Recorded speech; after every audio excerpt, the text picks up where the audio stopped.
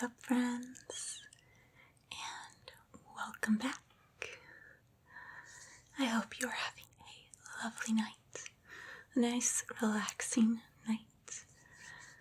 Or maybe you are up playing like your 13th hour of video games for the day. Sometimes it happens to me too. Rarely, but sometimes.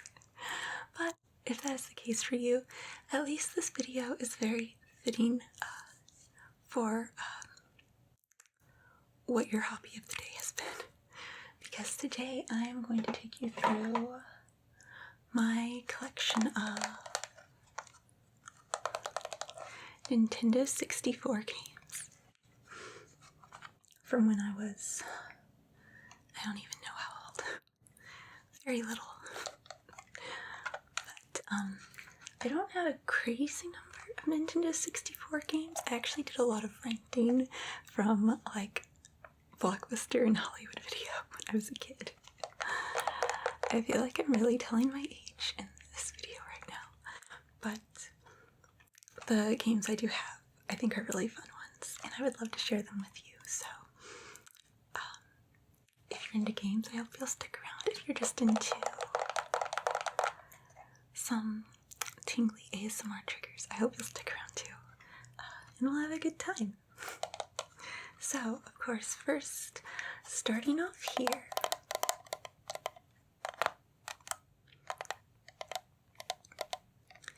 this is the very first game I got with my N64 one Christmas season, Pokémon Snap. I think this is probably a game a lot of kids got with their N64s. Gosh, this was so much fun. I think, didn't they? Honestly, these days I stick to very specific games. I stick to like Soulsborne games and Souls-like games, and then like mobile up-to-me games. And those are the video games I play these days.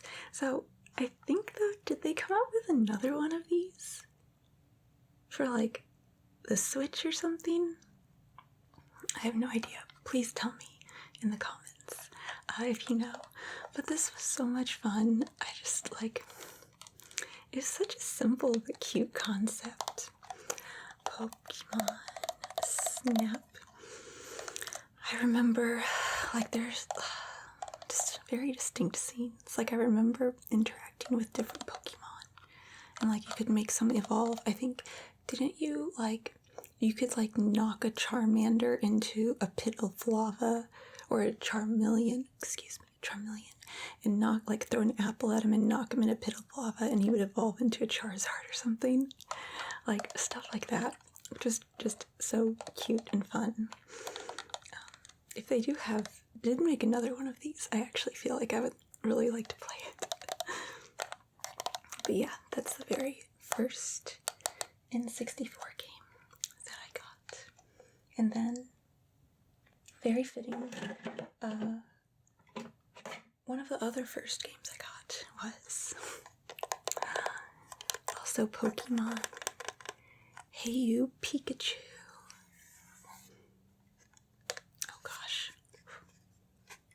I pulled all of these out of the basement, so they might be a little dusty. Like, I guess that'll take me back to like blowing on the cartridges if the things didn't work, even though you weren't supposed to blow on the cartridge, but I don't know how that started. Wonder if it makes a good ASMR sound. We'll see. Maybe we'll start a new trigger trend or something. But I remember this came with like a big, poofy yellow microphone in which to speak and talk to Pikachu. And if I remember correctly, it could just be that I was bad at playing the game, but I think it was also probably the technology. I remember it not working very well. Like telling Pikachu to do certain things in the game. I don't even know if there was a point to this game other than just like screwing around with Pikachu. If there was like an actual goal to the game, I never figured it out. There were a lot of I feel like there were a lot of things in games when I was a kid that for some reason it seems like I was too stupid to figure out. I was a really smart kid, but I was also a kid that was very into having strategy guides to walk me through games. Not anymore, but I've grown out of that. But even though there wasn't any real point to this game that I can remember, I remember having a lot of fun with this too.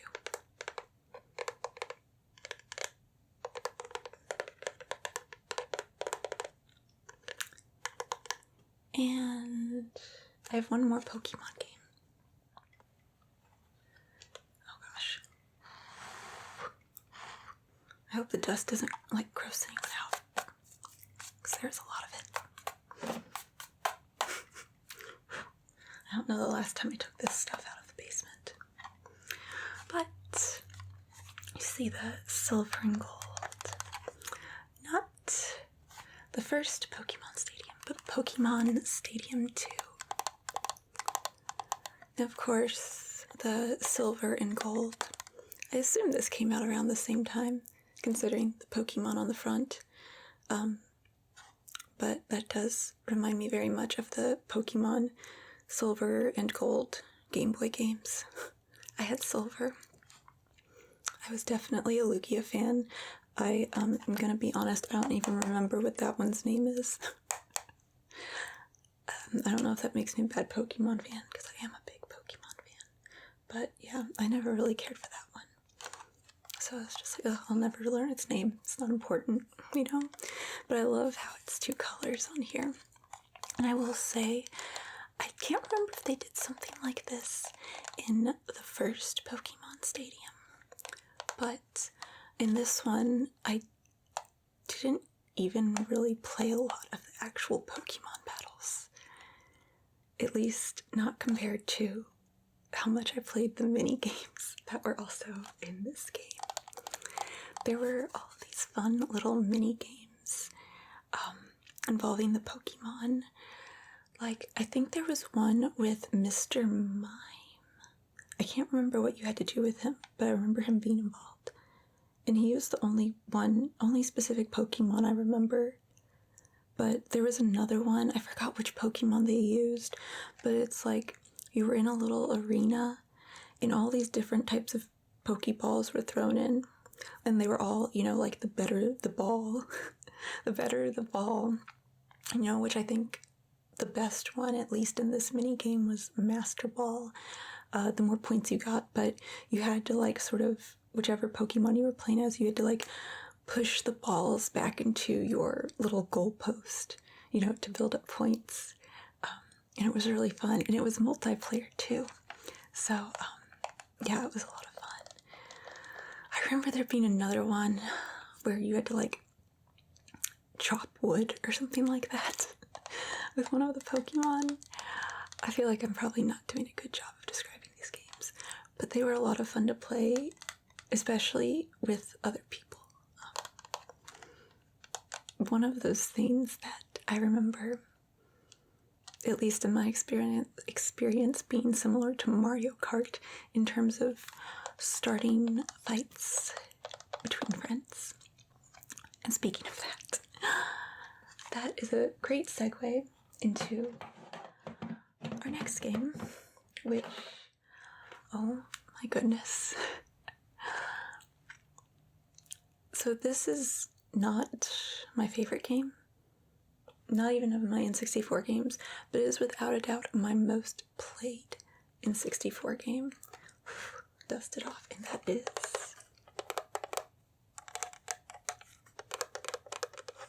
Mario Party 2. What I would say, at least based on the Mario parties that I have played, which I don't know the last, like, what number I played up to. I know it was something on the GameCube. But of all the ones I played, this is my favorite. Definitely. And oh my gosh, I spent spent so many hours playing this with, like, it's hard to imagine, like, I feel like I've always been a very introverted person with, you know, small, very close-knit groups of friends. And it is, like, baffling to me to think back on when I was a child and I had 3 separate friend groups that I can remember playing this with. And I'm like, how did I have that many different friend groups that I got together with in person enough to play this? But it's like, oh gosh, such fun memories. But one of those friends, and this is why I was so excited to find this, because I didn't think I even had it anymore. One of my friends who I played this with, I went to her house and just basically stayed there. Like, her mom looked after me in the summer because my mom still had to work, and she has 3 sisters. And so, of course, big group. And sometimes other kids would go over to their house too, which was like more people who were there to play. But of course, you've got this big group. This is like the perfect game. You know, if you've got a bunch of kids, and they had an N64. And I remember I would bring this over so much that I ended up just leaving it there because we played it so often. And I think I took one of my controllers over there. I didn't check, but I think I may have left my controller there. But I would have, like, I swear that I had left this at her house. And until I found this the other night, like, I would have bet money that I had left this game at my friend's house. And of course, it's not the biggest deal. You know, there are worse things to, you know, lose. But the fact that I found this when I was looking through all these old games, like, my heart just leapt in my chest. I was like, oh my gosh, I still have it. You know, and it's so much fun. Another game where, you know, we would play the full games, like on the game boards, in the different lands. I remember this one, it had like a frontier land. Was it land? Did they call lands? I think they were. There was like a pirate themed one. There was a sort of haunted ghost, I guess, with Boo themed one. Those are the main ones I remember. But we would play like the full games, but we would even just a lot of times just go to the section where you could just pick and choose the mini games you wanted to play, because that alone was so much fun. But oh gosh, yeah, it can cause some fights. I feel like I've seen a meme where someone was talking about Mario Party and like playing with their spouse or something and stealing all of their stars at some point. And yeah, that would, you know, probably make me hate my significant other for a while, you know, if someone were to do that to me. But yeah, such a fun game.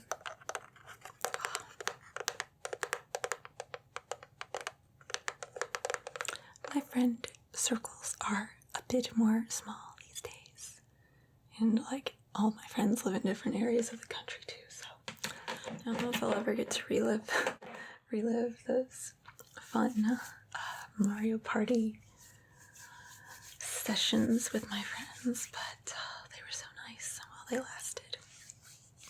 Alright, next up is a very, very special game as well. Probably, it is definitely within like my top 3 favorite games of all time, if not my favorite game of all time. It's one of those games, honestly, it's just sort of like on a whole other level on its own. Like, it's hard to rank it with anything else. And if you see the color, you can probably guess what it is. That is The Legend of Zelda, Majora's Mask. Oh my gosh. You have no idea how much I love this game. I feel like there's a lot of people who actually consider this their favorite Zelda. You don't hear from them enough, though. But like a lot of people who make videos on YouTube, admiring it for the storytelling and like the dark art style. Is that the right word? I mean, I feel like a lot of it is very similar to, or pulled from Ocarina of Time, but just like the dark atmosphere and everything. A lot of people admiring those aspects of it. But oh my gosh, this one has always been my favorite.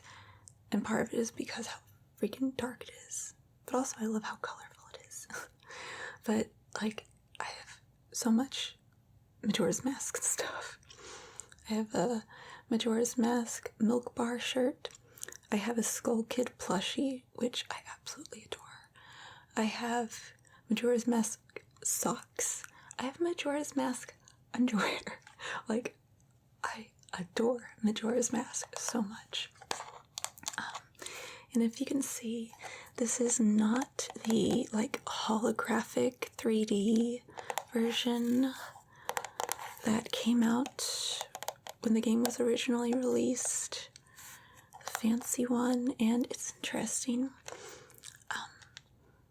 I went to a swap meet. I've talked about this swap meet in previous videos, but I like to go with one of my friends, and a lot of the booths sell things like used video games. And one of them had both the 3D holographic Majora's Mask, and one of them had this one. And we were really surprised that this one was more expensive than the 3D version. And we asked the guy working the booth, and granted, I have not, done my due diligence and double-checked this and verified it. And sometimes the guys working at the swap meet, some of them are really knowledgeable, some of them have told me, like, absolute BS before, so... But this one, it makes sense, so please correct me if I'm wrong, please. But they said that when the game first came out, the expectation was that everybody was going to want the 3D fancy version, so more copies of those were made than this plain regular version. So since there are less copies of this version that were like in existence, it actually makes this rarer and thus more expensive. Again, please correct me if I'm wrong.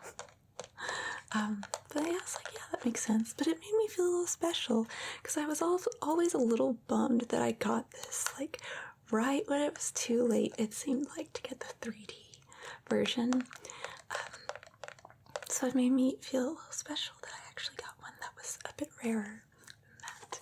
But yes, oh my gosh, I love this game so much. And honestly, I feel like it's the kind of game, like, that is just so perfect for me, because there are so many side quests that are just, like, in your face in this one, with collecting all of the masks and everything, and, like, side quests, where you go through a full 3 days of the game, in order to complete those side quests, and then you have to, reverse time before you can do anything else and like go on to the main quest or whatever. Like, side quests that take up so much time, and I am such, like, I'm the kind of person who puts off the main story of a game because I love the side quests more, so that makes it extra fun for me. But yeah, I could go on and on about this game. This is also a game where I remember having so much fun just playing around with the different masks, especially the Zora mask, and like how fun it was to like go out in the ocean and swim and stuff, and just screw around in the world. It was so much fun. So yeah, this one is like a true treasure to me, and I'm so happy it's mine. I never got Ocarina of Time. I rented that one a lot. But I would much rather have a physical copy of Majora's Mask than Ocarina of Time. It is, I love it. Near and dear to my heart. And so is this next game. Oh my gosh. So again, Majora's Mask is definitely the number one game of all my N64 games. Mario Party 2 is the most played. This game like comes in second on both of those. Second favorite N64 game and second most played N64 game. And that is Harvest Moon 64. Oh my goodness. Yeah, this one is so fabulous too. There's someone I follow actually on YouTube, I forgot what their name is, and I haven't watched the video, but they made a video about how, you know, the Harvest Moon games kind of like inspired a lot of the like, what is it, like Dreamdew Valley or Starview Valley or whatever, like those types of games that are really popular now, those types of mobile games, and how like the evolution of this like has evolved into those. I really should watch it and see, but like I don't play those games, but I can see it. You know, if you're not familiar with Harvest Moon, it's basically just like you have a farm in this little town, little community, and you need to make your farm prosper by growing different crops and having cows and chickens and wooing a potential romantic partner and getting a wife and fun stuff like that. And oh my god, I know some people probably hate this. On one of what was the video game channel that there used to be? I can't remember what it was called. There used to be a video game channel like back when there was just basic cable. Again, showing my age. But I remember one of the guys on there talking about Harvest Moon. He was like, I don't want to get married and do chores in normal life. Why would I want to do it in a video game? And I totally get that. But it's just so much fun. And I also have to say, all right, this game is the reason that I am so like in love seems a bit repetitive to use right now, but in love with any game that gives me the opportunity to woo a romantic partner. And like that can be anything. It doesn't have to mean the main purpose of the game. Like I said, I love ultimate games. Ultimate games are great.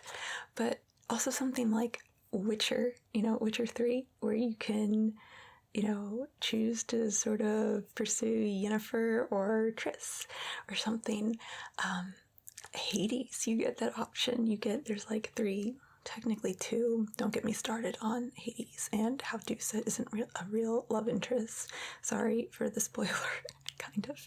But a game where it's just sort of like a side mission type thing. Anything where I have the potential to, have a romantic partner and choose between different people. It does not matter if that romantic partner is a male or female. It doesn't matter if I am playing as a generic MC on which I can project myself, or if I'm playing as a completely distinct, full-fledged character in the game. Like, don't get me started on me playing Sengoku Rants.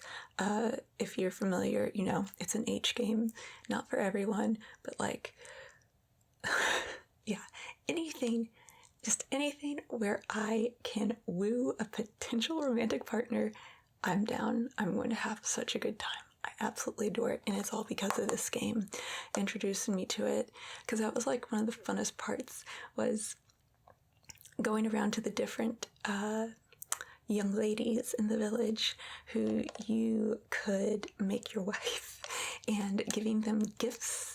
And they all had these little hearts, like in the text bubbles a lot of time there's like a little button at the end. They didn't just have like press A or something to go to the next dialogue. They had these little beating hearts, and they started as little white small tiny hearts, and as the girls started to like you more, they changed colors. So they would change from like white to blue to green to yellow to pink, and pink was like a big beating heart. And that's when you knew, all right, I could ask this girl to marry me, and there's a very good chance she's gonna say yes. It was so much fun. And I even have with me this is like I don't know if this just fell off or if I tore it off or what. I think it probably fell off because it looks pretty beaten up.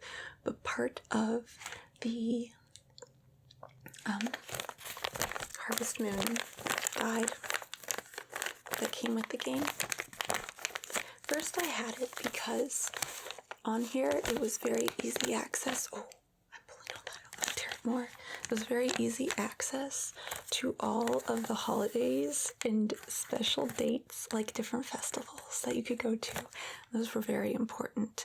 And like you could win, like you could do a horse race and win prizes.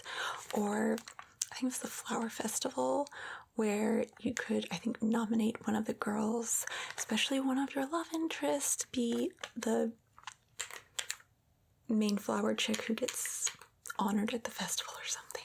Like fun stuff like that. So I always had to have those in easy access. But then when I was looking at this, I noticed that, oh gosh, that's so cute. Look at this. Sweet little guide. But in this, look at that right there. It even has a guide to the different gals that you can woo in the game. It says, the country life. All work and no play is no way to live. Take time to enjoy some fun and games and exploration. There are a number of eligible ladies in town, and who knows where flirting could lead. Oh yeah. And it says, the love of your life. And since, finding the love of my life was such an important aspect of this game to me, I thought it would be fun if I read you all of their little profiles. Going in the order of my favorite to least favorite. And of course, everyone knows the best lady in this game is Karen. And let's read her description. Though a bit temperamental, Karen is actually quite nice. She works at the bar and her family owns the vineyard. Look at Nintendo being so ahead of the times, making the temperamental bitchy gal named Karen. And no offense, don't get offended, any Karens out there. As the thing says, she is quite nice, and like I said, she is the best girl in the game that you can marry, so the bitchy one's the best, so, there are clearly some redeeming qualities. But the next best Bachelorette in Harvest Moon 64 is right here, Miss Potpourri.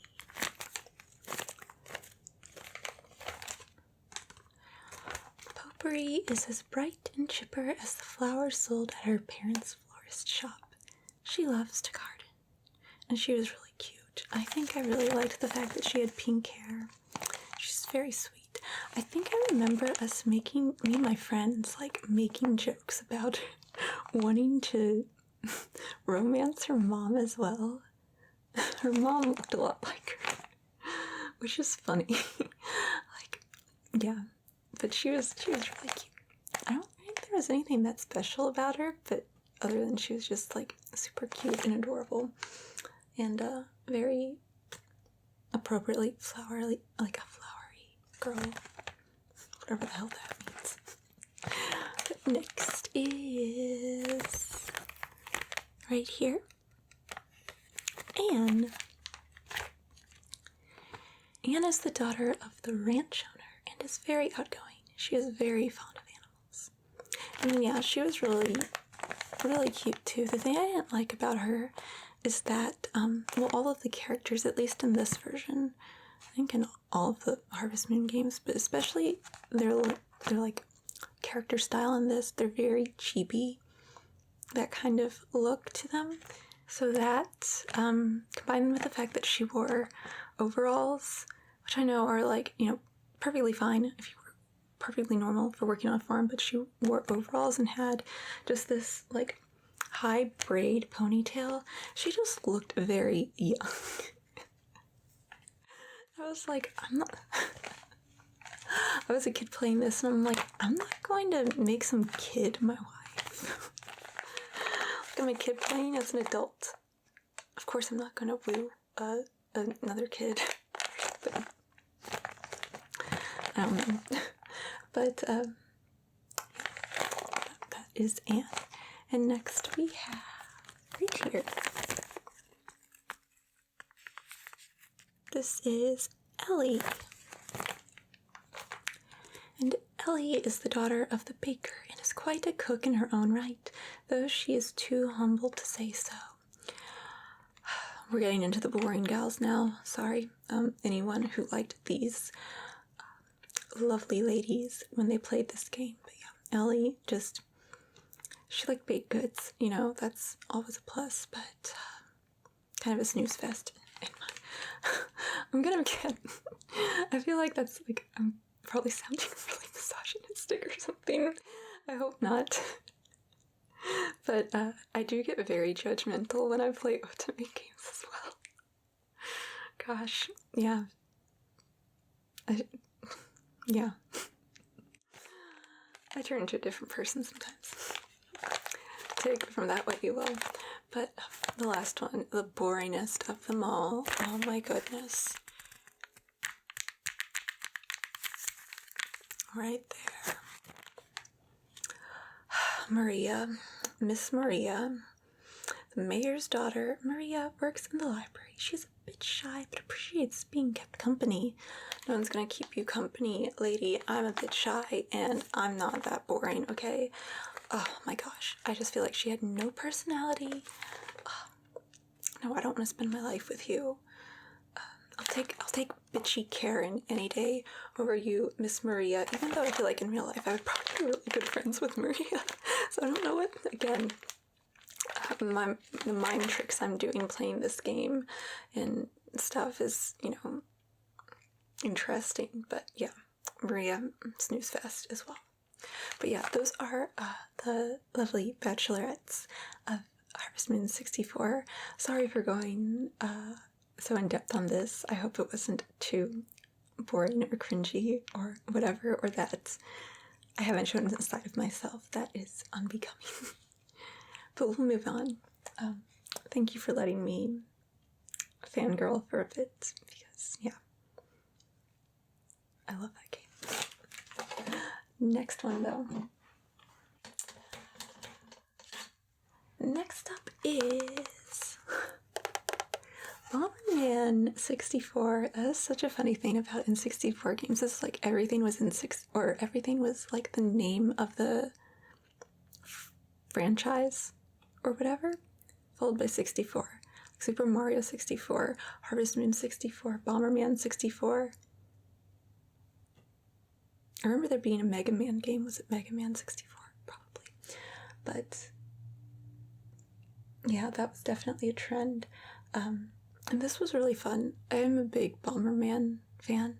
I remember playing the Super Nintendo Bomberman so much. And this one was super fun too.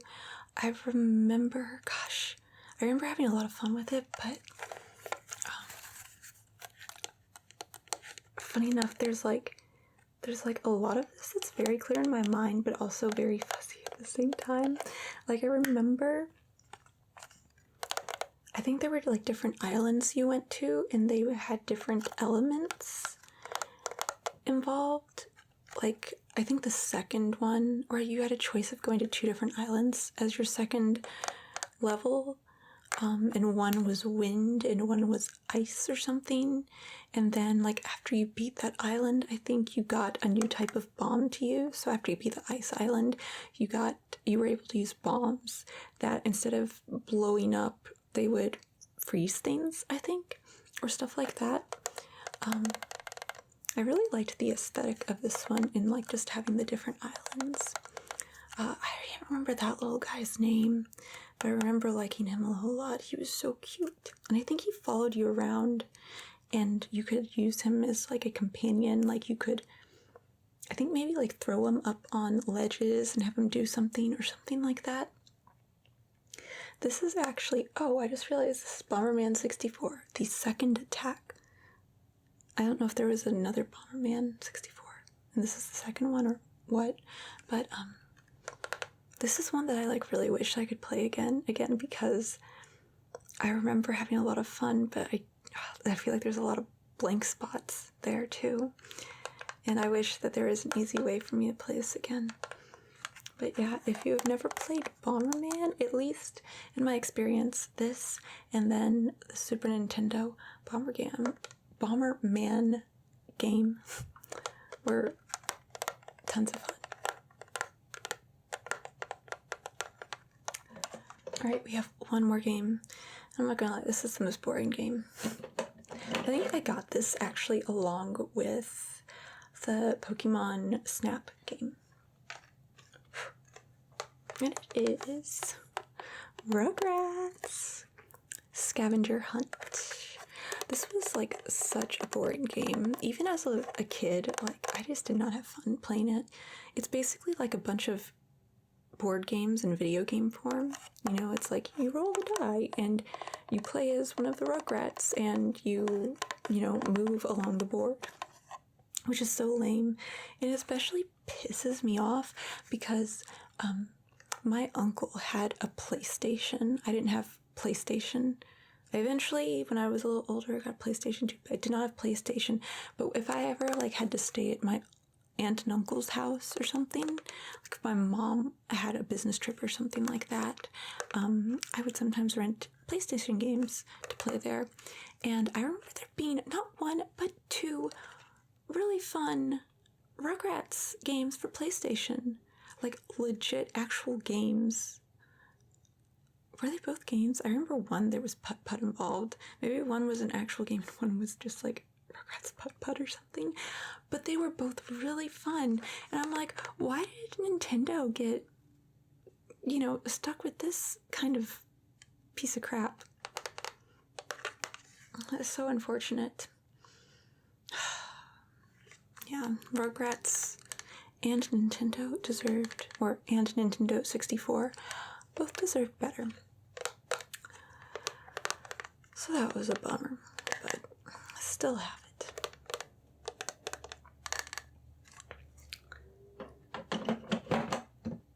And those are my N64 games.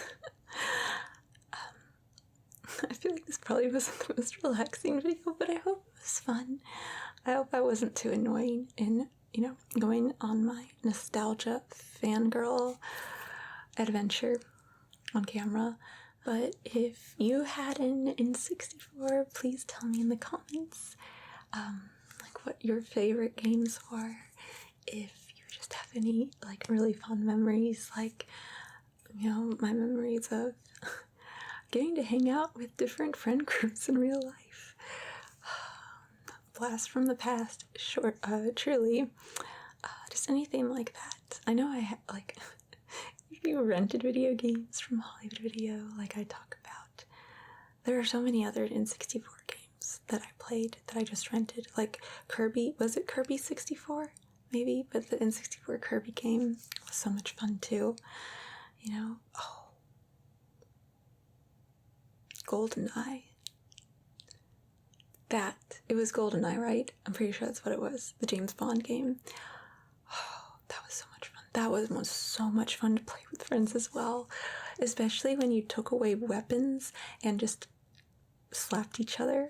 But it was also so nerve-wracking. I think that was the beginning of the anxiety that I often get playing video games. That game gave me like so much anxiety of just not knowing where people were hiding out and when they were going to pop out of certain areas and start shooting at me. But oh my gosh, GoldenEye was so much fun.